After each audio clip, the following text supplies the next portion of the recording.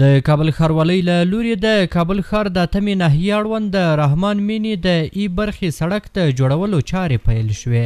د سرپرست حکومت چارواکو د دې سړک د پیل په مراسمو کې له رسنیو سره په خبرو کې وویل چې دغه سړک له کارتینو څخه پیل او تر ستانکزي بلاکونو پورې به ورغول شي چې 3300 متره اوږدوالی او 40 متره پراخوالی لري.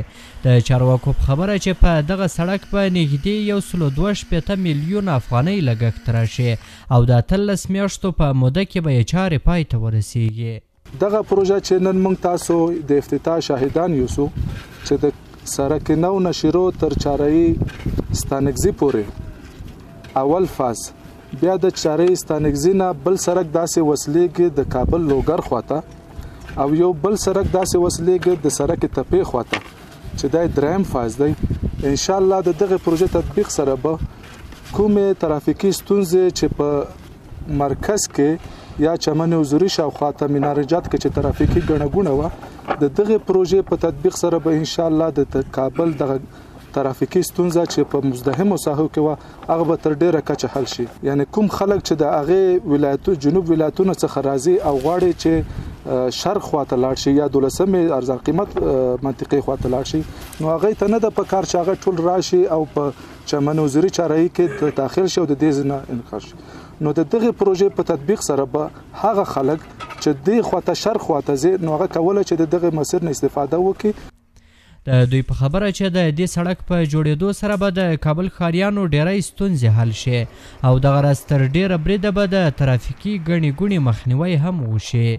نننۍ پروژه چې نن موږ تاسو د افتتاح شاهدان یو یا د پروژه د کابل ښار لپاره چې کوم ماستر پلان جوړ شوی د هغې ماستر پلان په تطبیق په لړ کې یو مهم رول ادا کوي چې ان شاء الله د یادې پروژې په تطبیق سره به ترافیکي او ترانسپورتي ستونزې تر ډیره کچه حل شي او ځایي خلکو ته به هغه اساسي سهولتونه برابر کړل شي.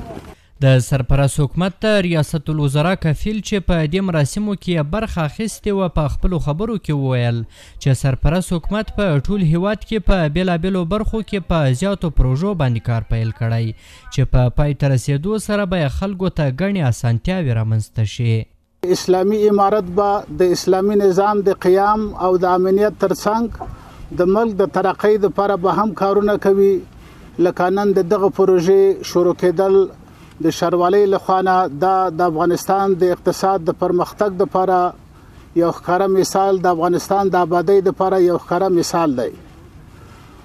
موږ تاسې که په کابل کې ګورو د ښاروالۍ لخوا نه مختلفو پروژې وخت په وخت باندې افتتاح کیږي او پای ته رسیږي.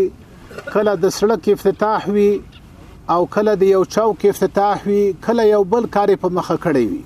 کابل ښاریان د دې سړک د کار له پیل کېدو څخه خوښ دي او وایي چې حکومت دې ورته نورې پروژې هم پیل کړي او هڅه دې وکړي چې د دې پروژو له لارې ځوانانو ته د کار زمینه برابره شي. دې سره خلک ډېر مشکلاتو کې دوړې وې، خاورې وبادېدې، لاره کچه وه، خلک به ډېر لرې لرې جویب نه راتاوېده لکه ټانګې لوګر او پکتیا اډه او د دې ژنه به خلک راتلل. اوس دا سړک چې جوړ شي ډېر مشکل دې سره حل کېږي، ډېره ستونزه ورسره حل کېږي او بس دا به خلکو دپاره ډېر سهولت سي، نږدې سړک به سي. انشاءالله کې به جوړ شدن دې سړک انشاءالله د دې سړک د چارو له پای ته رسېدو سره به د خلکو لرې لارې رالنډې شي. خلک له دې سړک سره ډېر په ستونزه کې وو.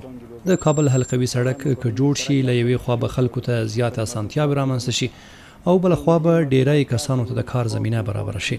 حکومت ته د خدای توان ورکړي چې لا ډېرې نورې پروژې پیل کړي تر څو خلکو ته د کار زمینه برابره شي. خلک ډېر روزګار دي.